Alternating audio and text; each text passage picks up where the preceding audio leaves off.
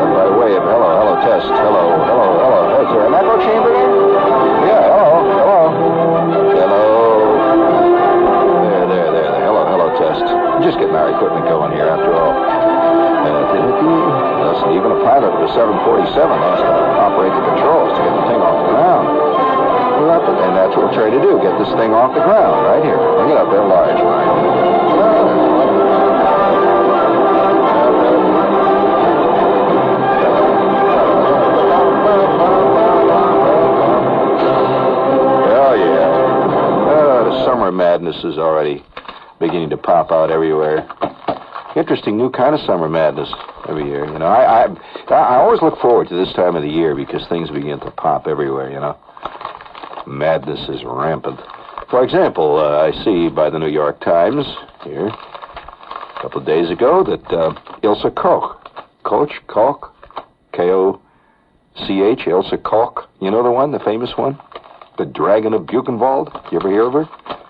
I see that her relatives now are attempting to rehabilitate her good name. So she was a victim of bad-mouthing, you know. And I think that's a new concept of history. Oh, it's got to spread. So it's got to spread. I can just see Beowulf Girth Wamba of East Bavaria, who is suing before the World Court to rehabilitate the name of his great-great-great-great-great-great-grandfather, Attila the Hun. And I can see him testify. He was the victim of war hysteria, bias and prejudice, and just because he wore his hair long and loved to eat the meat raw, and he carried around a club, they made bad stuff about him. Attila the Hun. We wish to have that straightened out in history. It's got to happen. Oh yeah, the great-great-great-great nephews of Benedict Arnold are going to, you know, start because after all, he was almost the original. He'd have fit right in today, wouldn't he? Yes, sirree. He's a little ahead of his time. So, would you please give me my summer madness music? Please give me. Summer is approaching like a great vast cloud of total passion. Here it comes. Are you going to be ready, Frank? Whee! Yeah. All together now. Sing it out. I like it. Once a week, I like to hear this. Doesn't do much for me, but it kind of straightens my head out, right? Yeah. Thank you, Martin. Keep it there, though. We may need that. Things liable to sag here a little bit in the middle, but yeah, you know. Let's see. Do we have a thing here to do? Oh, yeah. Before we go any further, I got to make a note here. We're going to do a live show. And it's the last one we're doing in the metropolitan area for this school year. And a lot of parents can breathe a sigh of relief then. It's the last one. Why? Have you ever been to one of my shows, Marty? Why, one time here not more than 3 months ago, the fire department was called. They wound up squirting the audience with the hoses, you know, and a whole bit. So if you're in the neighborhood, Be sure to mark this down. Saturday, May 15th, I'm going to be out at Clifton High School. It's a great big high school across over in Jersey there. Clifton, New Jersey. Tickets are $2, and the location is 333 Colfax Avenue in Clifton, New Jersey. And we're sponsored by a very elegant group over there, the Clifton Youth Council of Creative Images.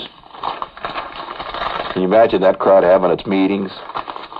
They sit around and create some images. I wonder if they show stag films or something there. I'm just asking a question. I don't know. Creative images can be almost anything. And now, if you'd like further information, call area 201. Now, don't call here. I mean, everybody gets all balled up with phone numbers. It's area code 201, and the number there is 478-7080. And call during the day. I mean, it's a school you're calling, and they're there from 10 a.m. till 3 p.m., strictly bankers' hours over there in Clifton.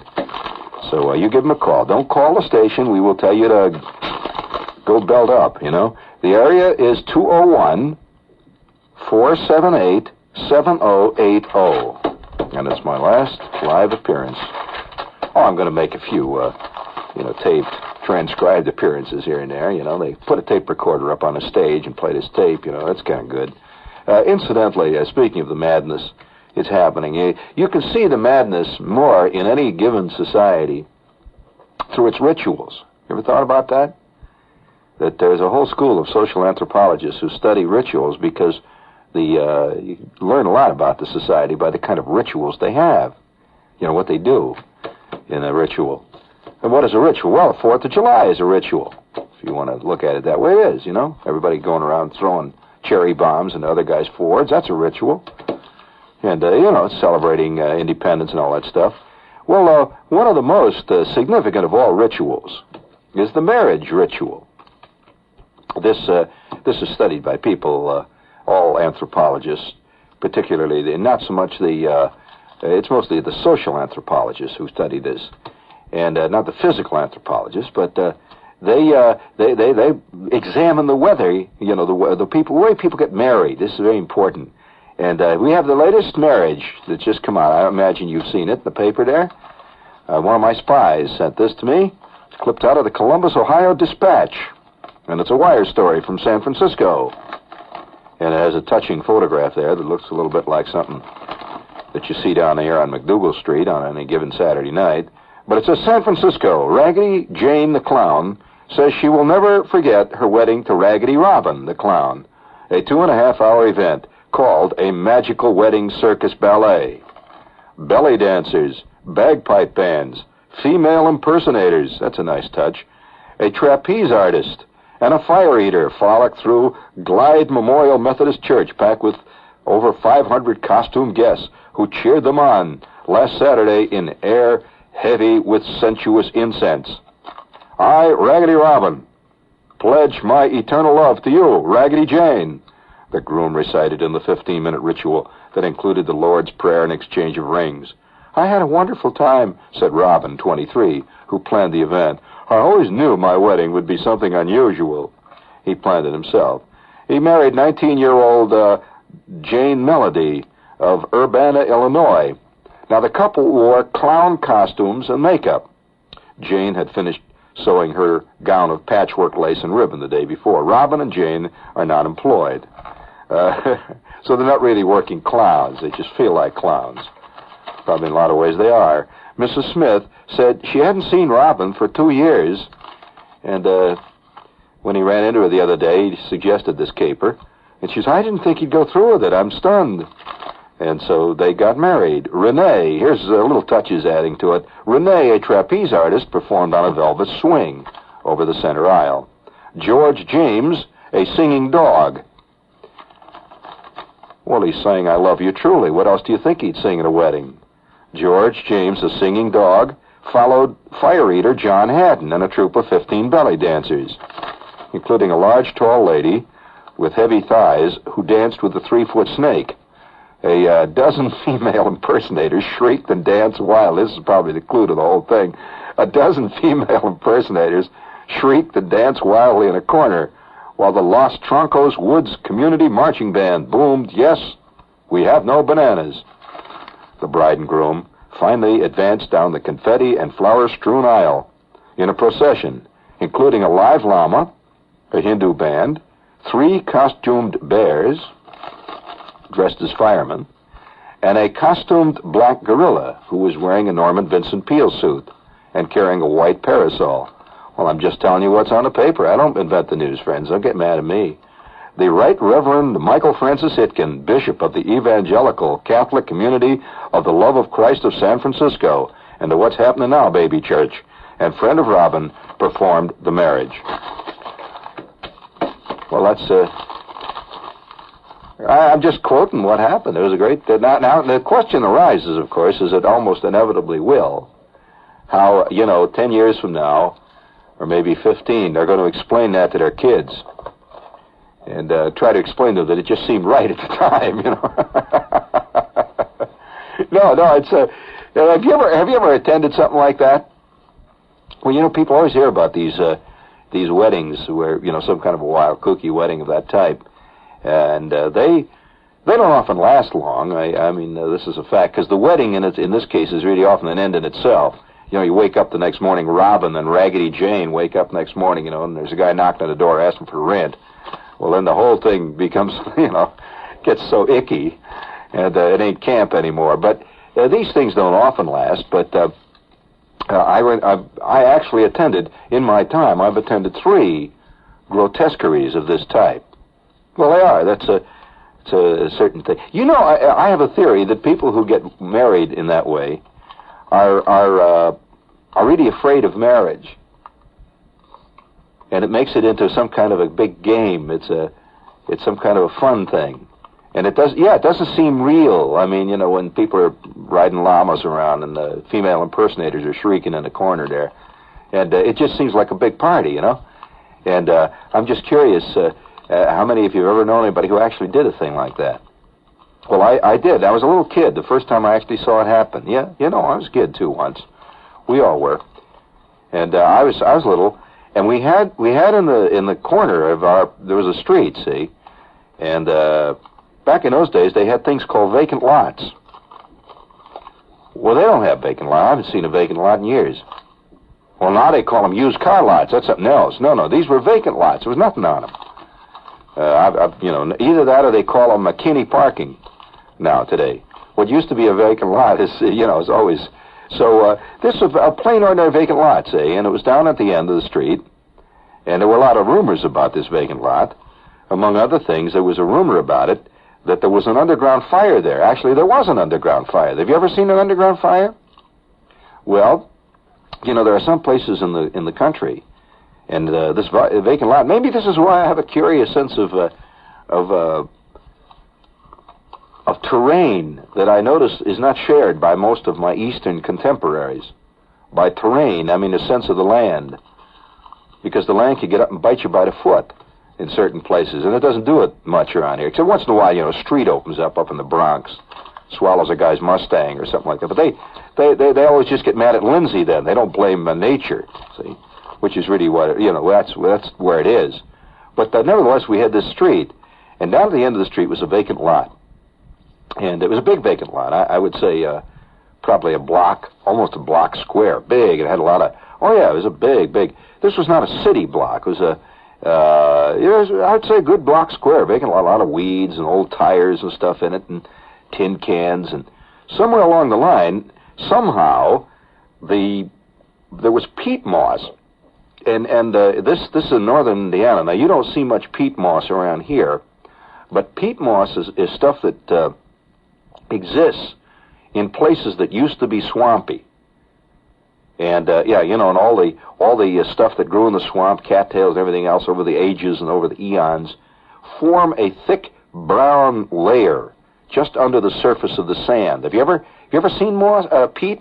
Well, this is peat. It's not peat moss. It's peat. Well, when this stuff gets on fire, and if it ever does, it's murder. I mean, it's murder to put out. It just keeps burning. It'll burn for years, like 15, 20, 100 years. It just burns.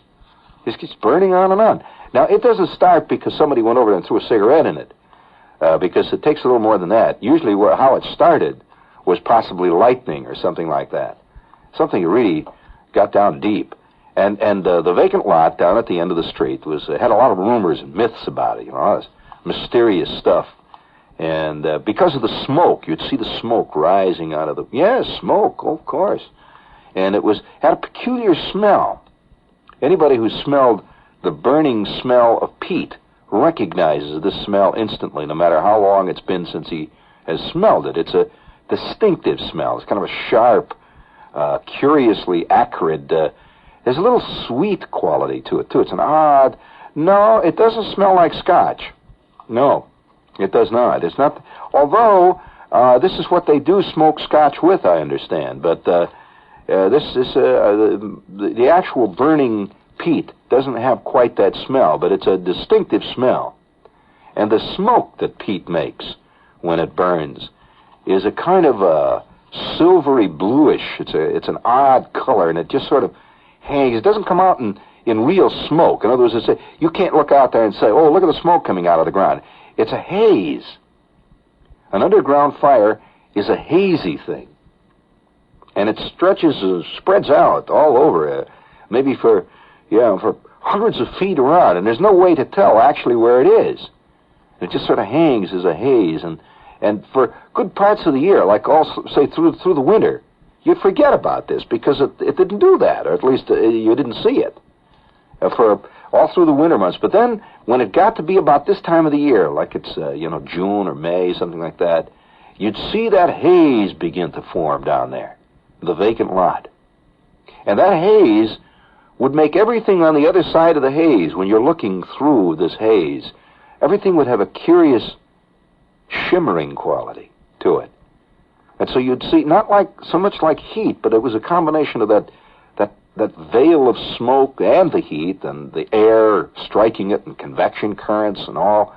And you'd get this strange, odd thing. And you swear, especially at twilight time, at night, just when the sun is about to go down, because the sun is then slanting through, the sunbeams are coming through at a crazy angle, you'd swear that you actually were seeing some kind of figures in this thing. Like, it would look like forms, shifting forms in that strange haze.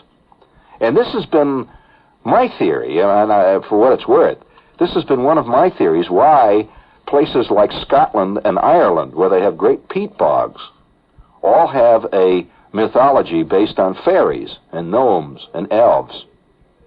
You don't hear of anybody, say, living in let's take a specific country like France. You don't hear people talk much about fairies and elves and stuff in France. You don't hear people talk about it much in a place like maybe Spain, but it's certainly not America. But places where they have this peat, and it gets an underground fire going. Almost all peat bogs have this. You see this strange shifting thing down at the end of the street. Well, one day, I'm a kid, I'm about, a little kid. I must have been about 6 or 7, and this is the time of your life when you make indelible impressions. Absolutely, you just don't forget these impressions. It's no way. Even though a lot of you like to think you have. I'm sure a lot of you say, I don't remember nothing. Well, you just haven't, your memory just hasn't been triggered. It's there. And it's probably there in as pristine a form as it possibly gets, like you've stored Kodachrome slides of your life in your head. Well, one day, the smoke is rising, and there were a lot of rumors about this underground fire. I don't know why I'm telling you about an underground fire, but I might as well. There were a lot of rumors about it. Since many of you don't know anything about it, you may be curious what it's like. One of the rumors was that if you ever got out there somehow, chasing a fly ball or going after a golf ball or something and run across this thing, that the ground would collapse and you would fall into this fire. And there were rumors of kids that had been lost in the past. Now, I'm not sure that that's not true.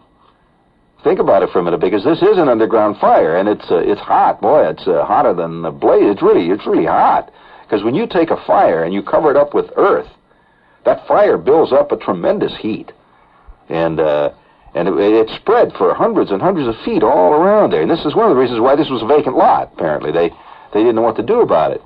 So you'd smell this strange smell, and we'd be playing maybe a block or two down the street, playing ball or something, and you'd see that haze drifting down from the end of the street when the wind was in the right direction, and you'd smell it, and it had this smell. And then another thing that would happen, for some reason which I cannot explain, bats were curiously attracted to it.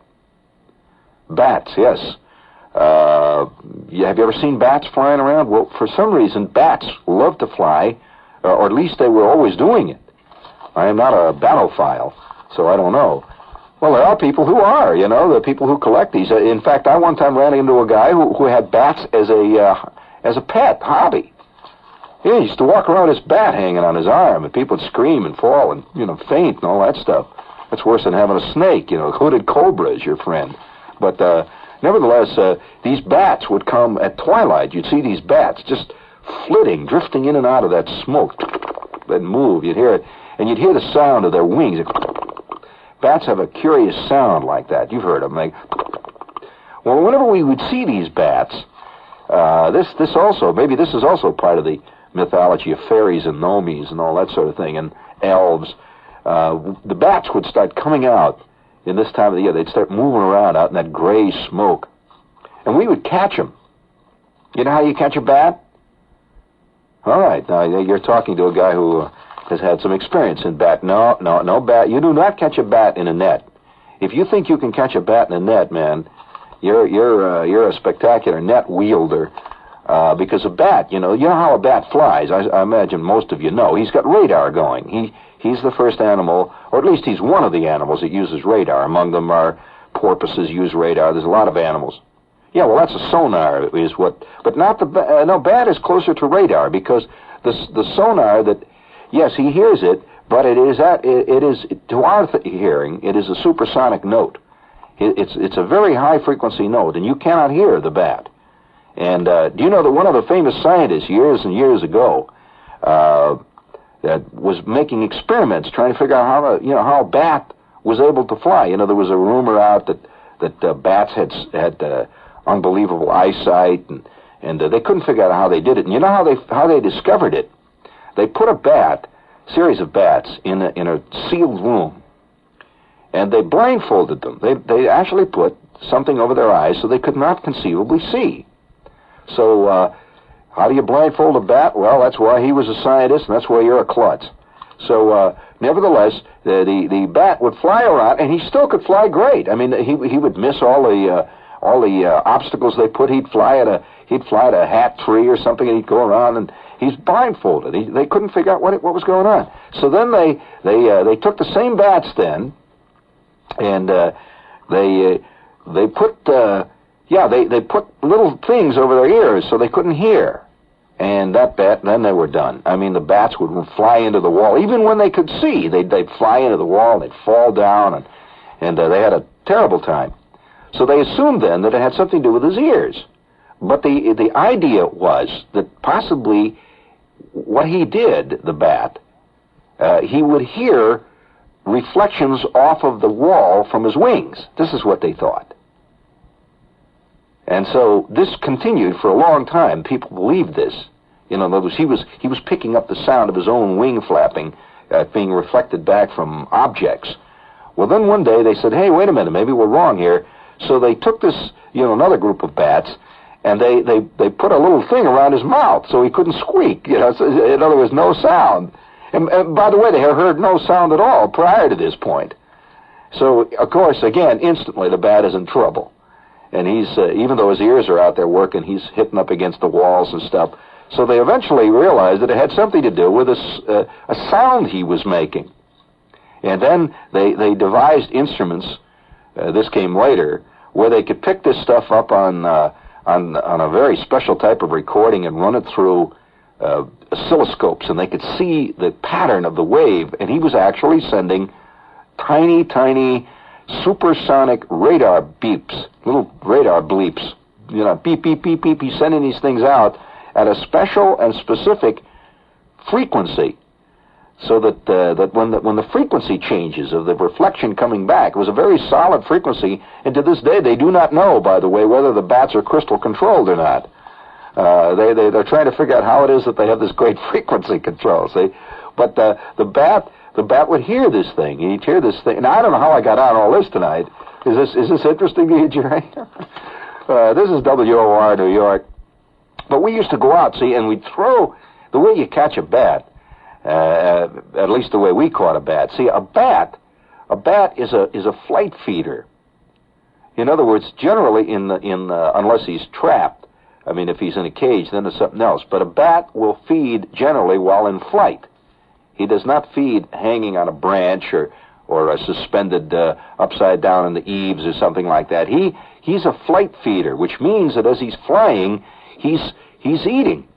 And there's nothing better to get rid of the mosquitoes in your neighborhood than about 25 good working bats. I'll tell you, they eat millions of mosquitoes in a 24-hour period.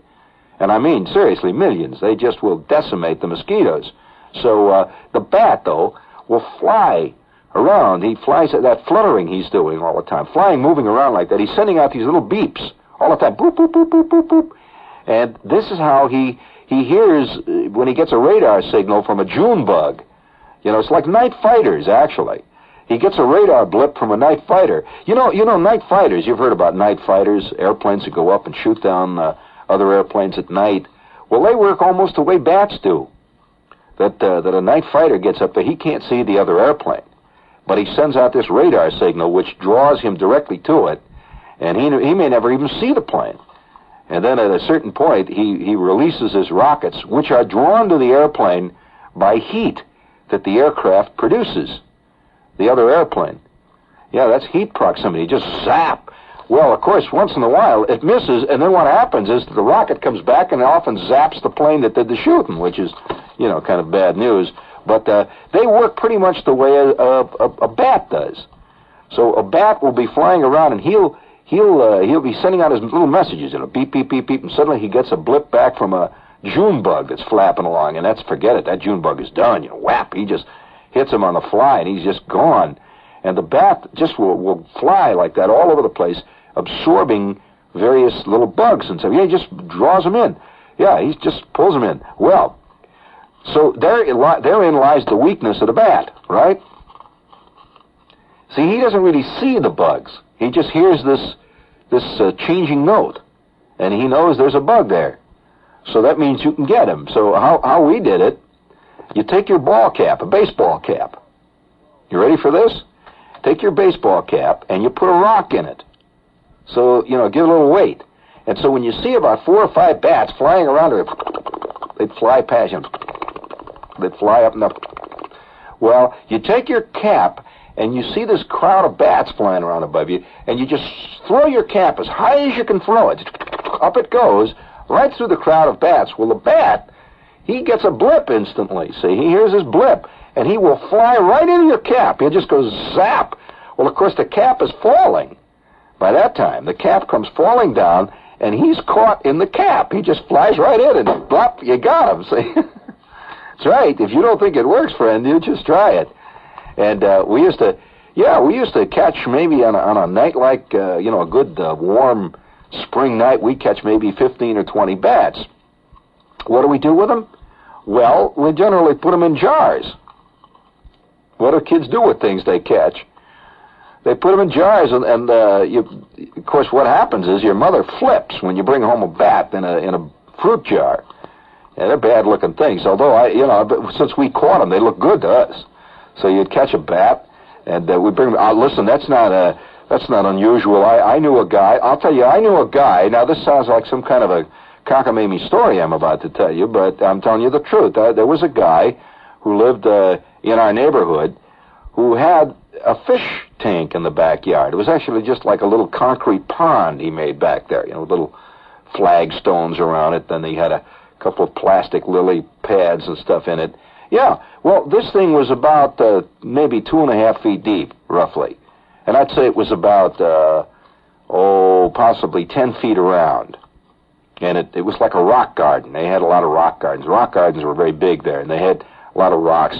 And he had geraniums and stuff growing in it. He had a fake fountain which was blowing stuff into the water. You've seen this kind of a slob art thing, see? Well, he did one thing, though, that that took it completely out of the ordinary realm. Now, a lot of you are going to write in and call up and say that's impossible, but I saw it happen, and this guy did it. That he was a fisherman, and he had caught in one of the rivers. He used to go down to the Ohio River, which was a couple 100 miles south, and he had caught in either the Ohio or the Kankakee. I think it was the Kankakee River. It's a big river there. He caught a tremendous. Oh, he was I'd say 3 feet, 3.5 feet, and he must have been about 2 feet around.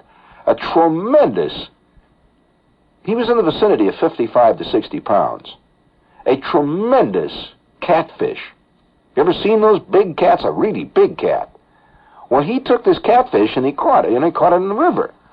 Well, instead of just taking the catfish and bringing it home and making them into fillets or something, and by the way, catfish is a great eating fish, well, what he did was bring the catfish home in a tank. He had some kind of a big tank, and he brought it home, and he put it in his fish pond. And this big catfish is laying in the fish pond, tremendous catfish, and he would come out every day and feed him rotten hamburger. Rotten hamburger. That what he would do, he'd take, he'd get a pound of hamburger, and he'd leave it out on the porch for a couple of days till it got kind of high, and then he would just take a piece of this, a little scoop of his hamburger, and he'd drop it into his fish pond, and this old catfish would just come drifting over. He didn't strike or anything, right? He'd just come drifting over, and he'd down would go the stuff, and that's it. What did he weigh? 55 pounds. Huh?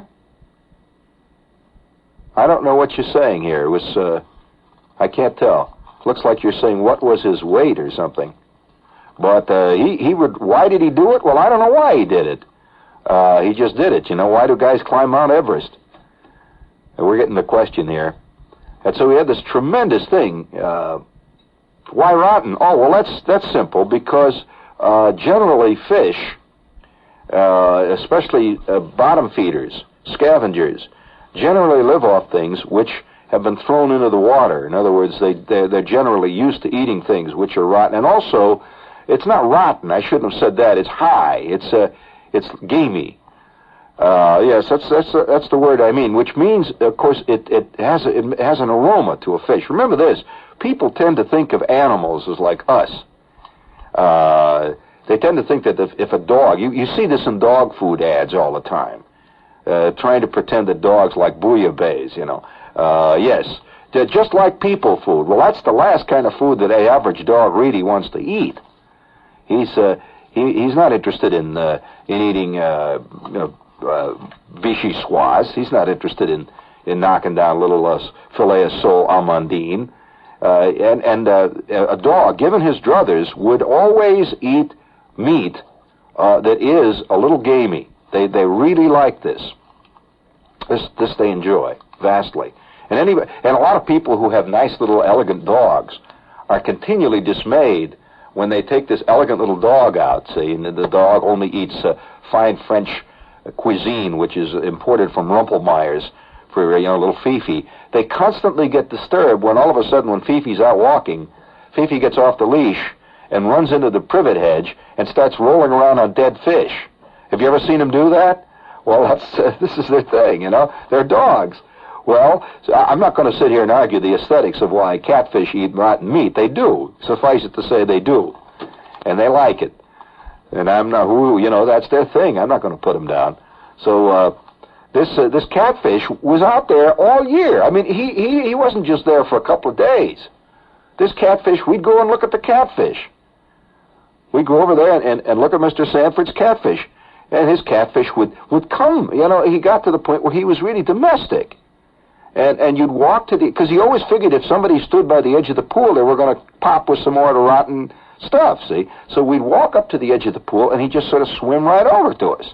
Great big son of a gun with tremendous whiskers hanging down, enormous. Well, this catfish, I'd like to tell you what happened to him in the end. I don't know what happened, but he had that catfish for a long time out there, till probably one day his wife got tired of the catfish eating the goldfish. And which is what they do too, Oh yeah, they like to snack. And so we'd catch these bats, Now, what do you do with a bat? Well, one thing you do with a bat, you get an aquarium, in case you're curious. You know, big square aquarium, and you can put 2 or 3 bats in the aquarium, and you put branches in them. You stick a little tree in there. And the bat will hang upside down in your little aquarium. And over the top of the aquarium, of course, you have to put screening, because he'll get out, friend. So you put screening over there, and the bat hangs upside down, and he comes out at night.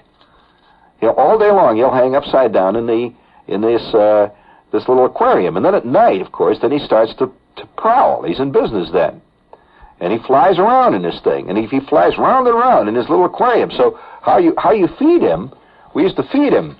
Now, you're curious why I know all this. Well, this was a Boy Scout project one time in Troop 41. We raised a family of bats. And, yes, we raised them. They have babies and everything. So how you feed bats is you catch flies and stuff. You can buy, if you want to, you can buy live flies, believe it or not, for feeding various things like that in exotic pet stores. You know, you can buy live mosquitoes and stuff. So we would catch flies, though. So we would catch maybe 10 or 15 kids in the Boy Scout troop were out catching flies all day long. We got a whole jar full of flies. Well, then what you do, it's obvious. You just take the flies during the day, and remember, there's a screen over the top, and you just dump all the flies out into the aquarium, and you put the top back over. Well, the bats won't bother them during the day. The bats are just hanging there. They're asleep. You've seen bats asleep. Well, then at night, you hear more action, man, than you ever thought you'd believe. See, they're going like mad in there, but don't turn a flashlight on them. Then you turn a flashlight on them, then they get inhibited. But at night, you hear this fluttering around in there, and a lot of squeaking and yelling, and the bats are really going to town.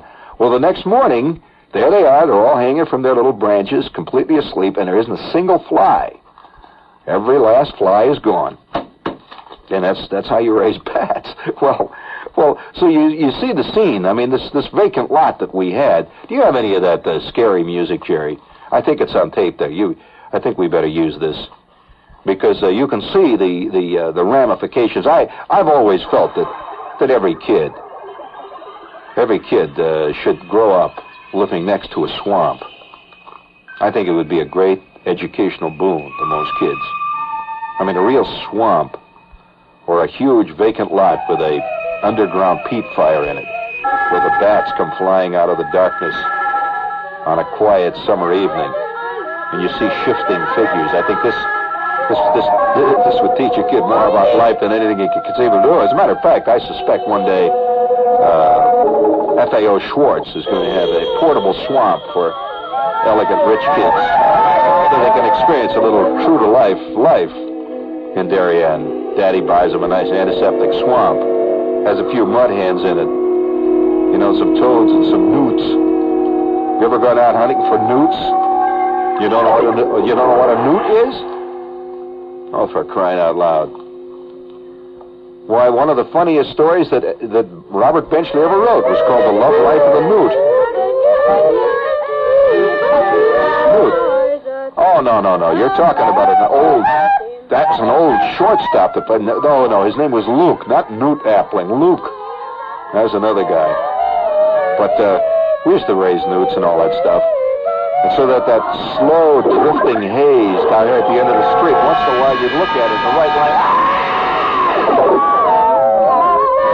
And of course, the fear that goes through kids goes in waves. It doesn't go in a straight line. Like the haunted house fear. There's always you've lived in a neighborhood there's a haunted house. You ever have anything like that around when you were a kid? Okay. Well, kids will go for months and not think about it, and then all of a sudden the haunted house fear will grip them, and it'll grip them. And all the kids are suddenly talking about the haunted house, and they're running around looking at it and peeking at it and rumors. And then, again, that'll disappear, and for months it'll go. I think this is just the way human beings are. That we get in the grip of fears, and then we forget them. Gee, I haven't heard anybody mention Strontium 90 for a long time. Whatever happened to that gang? Don't you remember Strontium 90, or is it Strontium? Strontium? Well, that's another way of pronouncing it. But I haven't heard of that. Don't they make that anymore? Gee, that was nice. Yeah, everybody was all excited about that for a while. Yeah, you remember the cranberry scare? Do you remember when everybody got hung on a cranberry thing? That was kind of good. Don't you remember that? Oh, yeah. Yeah, when was it? I don't care. It doesn't matter. When was it? I don't know. It's just part of that great boneyard of past crises. Doesn't make any difference when it was. Great crises that we've all lived through. The cranberry scare. Well, the swamp scare, the underground fire scare would grip us. You know, for about 2 weeks we'd walk in great circles around this place. Wherever we came home from the store, we'd have to go past the underground fire. And as we did, you know, you'd just see the stuff drifting. And when we were in the grip, man, we never got near it. There'd be rumors, you know, that Bruner put his foot over there the other day, and his foot almost got swallowed up. Something made a sucking sound. Grabbed that. You know. Oh, man. Well, then one day, I am coming home from the store, and there's a strange, curious apparatus right in the middle of the vacant lot. And it was a tower-like, stuck up in the air. Stuck up there maybe 65, 70 feet. And on the top of the tower, there was a platform with a little railing around it. And I came home, and I reported that. Yeah, you know, they built a thing down there in the vacant lot. And everybody says, well, gee, maybe they're putting in a new gas station or something down there. Nobody knew what it was for at least 3 days. And then on the fourth magical day, standing there amid the drifting smoke and the swirling bats, a great sign had been unfolded, a sign made out of this bunting-type cloth. That drifted down from the top of this thing. It was hanging there. And you know what it said? Big Joe. World's champion flagpole setter.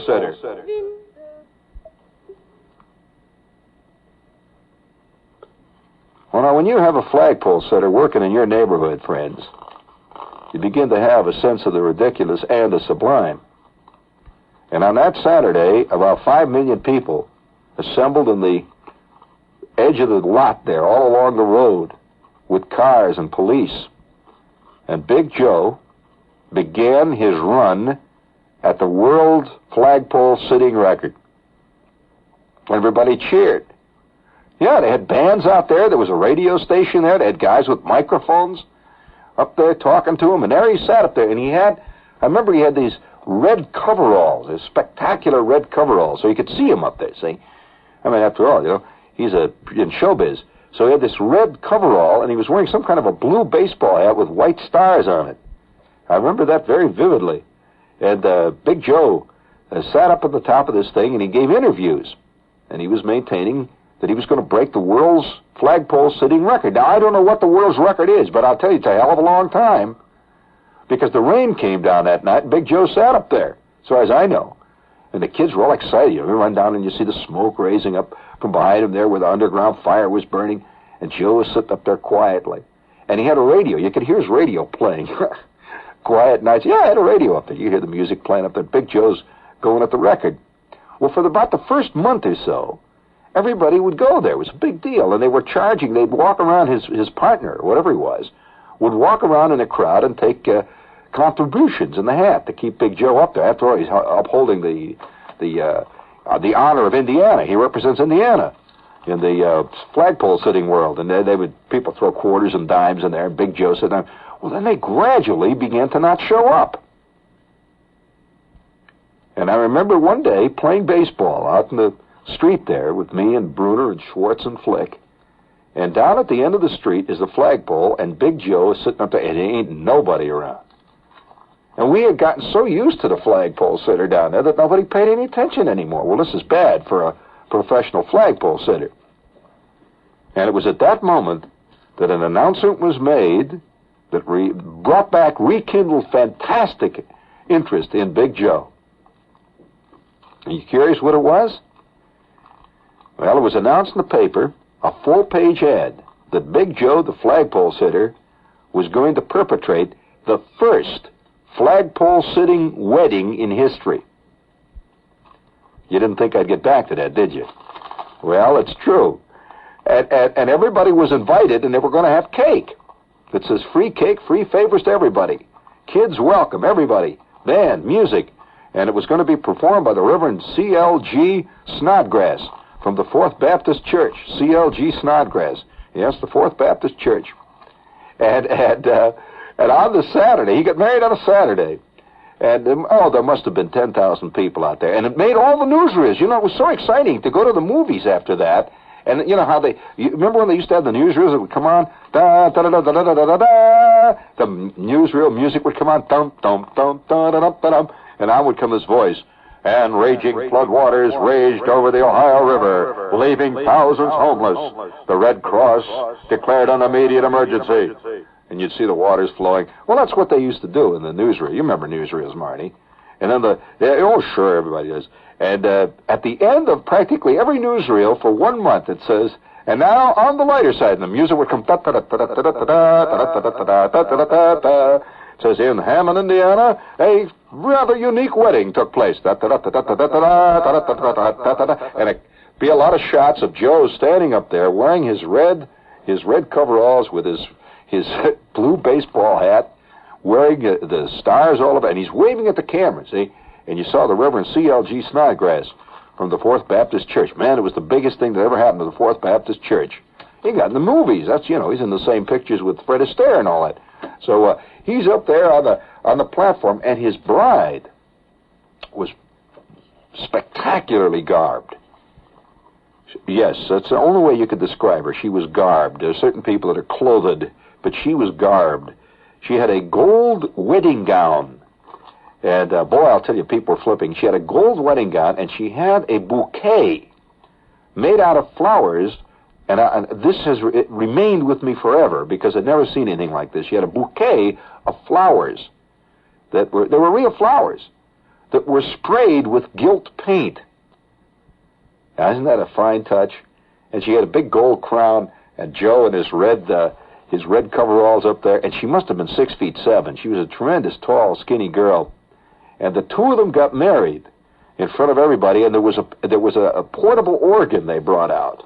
And the organ is playing, I love you truly. And the Flagpole Sitters Union sent out the Flagpole Sitters Union choir, who all sang I love you truly. And Joe, one of the great all-time Flagpole Sitters, got hitched that day. Well, it was in every paper all over the country. I mean, we were so excited because there it was. You could see it on the front page of the Chicago Tribune. And it was a big picture. And you could see a whole crowd of people were always picking out guys they knew, circle. Everybody had a picture of Joe's wedding in his wallet for years, with their pictures circled, the little thing. I know that's me. And people would say, what do you mean? It's this little dot. I know. I was standing right next to Paswinski's pump. You're going to ask him. That's me, right next to the Esso pump, right there in the background. That's me. And, of course, you'd send the pictures of this to your relatives all over the country. I'm in the news. It says, circle, that's where I am. Well, Joe got married in front of the entire congregation. The whole town was out there. Of course, there were a lot of snide remarks made. Many people didn't take it as seriously as Joe would like them to do. And so that night, they all stood around and watched. Well, after all, he's a flagpole sitter. He's going for the world champion. Let's face it, this is Joe's wedding night, Crowd wanted to be out there. I know my old man was out there with his brownie with the flash attachments and all that. See, he wasn't going to miss anything. And Joe's up there on the platform. Oh, man, I have to laugh thinking of it. Joe's up there on the platform, see, and everybody, millions of kids are out there now, see, and it's beginning to fall down. It's, how things like that all start out sort of grandiose. Well, it was beginning to become a buffoon's picnic. And guys showed up from the pool room, and they're hollering stuff up there. And Joe, see, there was no place. He didn't have a house up there. It was just a little platform with a little railing around it. And he had a camp chair. So here's Joe sitting up there, see, and his camp chair would fold down, and at night I guess he'd sleep up there or something. So they had a pulley, And they would give him food, like, you know, they'd send up a bucket of champagne. See, he's married, so up goes the bucket of champagne, and he is, yeah, I remember this so vividly. And he didn't come down during the wedding. Remember that? Oh, it's important. He was going for the world record. You don't come down from your flagpole in the middle of just to get married, you know, when you're going for the world record. So the Reverend C.L.G. Abernathy went all the way to the top. Snodgrass, C.L.G. Snodgrass, climbed up to the top, and he was wearing a long black coat, like the Baptists do, see. And he gets up to the top there, and he declares him man and wife. Well, then he couldn't get down. You know, a lot of people get a little embarrassed, and they get nervous about heights. So 2 or 3 firemen got up there, and they're pulling him down, and they got the Reverend, you know, they're lowering him down. They finally get him down there, and everybody's cheering, and they actually passed out pieces of cake. Yeah, they had, there's some local bakery had a great big promo, and cake courtesy of the Angel Food Cake Company, and they were handing out this cake. Well, everybody is standing around then at night. It's now about 10 o'clock at night. And Joe, every night, because, he was in showbiz, every night, Joe had these lights on his place. You see these purple and green lights. Oh, it was beautiful. They had purple and green lights lit from underneath. And every day they would change the sign. It would say how many days he's up there, see? Like 37 consecutive days, 19 and a half hours, going for the world's record. And every day they would change it. So here's Joe sitting up there that night, and people were all standing around, a great crowd of people standing around. Well, Joe's looking down. People are waving up at him, and someone, hey Joe, wow, and Joe, he waved down, and he was kind of a star. He didn't just talk to ordinary people. He'd just wave, and he'd doff his cap, and once in a while somebody would go over to he had a guy that worked with him. He's kind of like his assistant, and people would go over there and give him something to autograph, like my old man, would set up a straw hat for Big Joe to autograph. Yeah, he'd autograph it, and by the way, charge you $1 per autograph. So, but it was a worthwhile thing. It's not that I wish I had a straw hat autographed by the world's champion flagpole sitter today. Guess what that would go for in one of these little 3rd Avenue camp shops? It would be fantastic, with a picture of the guy. So Joe's standing up there. Everybody's around there cheering. And it started to rain on Joe's wedding night. Well, that's not so bad if you're spending your wedding night, I guess, at the Waldorf Astoria, but when you're spending it on top of a flagpole with 17,000 yaks watching you, 17,000 dildocks standing around yelling, it just, everything is contrived. Well, his new wife, climbed down. Everybody's cheering. See, she climbed down from this thing, and they took her away in this car. They had a big, elegant Cadillac. It was her wedding night, after all. And it had big signs on the back, just married, and they took her away. And Joe's bride, as far as I know, never showed up again. She never was up there. Joe just sat up there, and all the guys making lewd remarks that whole night. And towards the middle of the week, after we'd gotten a lot of mileage on this, there were pictures in all the newspapers and all that, again, Joe's popularity began to wane. And nobody showed up for about maybe a month. Oh, a good 2 or 3 weeks anyway. And one day, just out of the blue, with no explanation, no comment, nobody said a word, Joe disappeared. And it was funny, nobody even noticed that he was gone for a couple of days. He just wasn't up there anymore. And one day somebody says, hey, what happened to Big Joe? Somebody says, oh, gee, yeah. Well, he's still up there, isn't he? And says, no, he's gone. I haven't seen him for a couple of days. Well, I'll be damned. So that's what happens to old flagpole sitters. They just wander off into the middle distance, and are never heard from again. Like yo-yo champs, Philippine yo-yo champs. What happens to old lead rock singers? Same thing. They have their moment in the sun. Then they wander off into the middle distance to join that great pantheon of popular folk slob art heroes. Now, I'm curious, somewhere off in the, far vast reachnesses of the Middle West, that great inverted bowl of night, there's this little squat fire plug-shaped guy who has a book full of clipping. Big Joe, the ex-great flagpole sitter. Do they tell their kids about how they got married that day in the rain? I don't know. These are questions one cannot answer. These are plays that Arthur Kopit and Tennessee Williams don't write. These are just things that are. Now listen, you. Don't forget, tomorrow night at 8. Tomorrow night at 8 on Channel 13. And by the way, tomorrow night's show is a wild one. My TV show, tomorrow night, Channel 13 at 8 o'clock. Or wherever you are in your neighborhood, your educational station. And this is truly educational. Be sure to keep the kids away from it, though. WOR, New York. And now the news.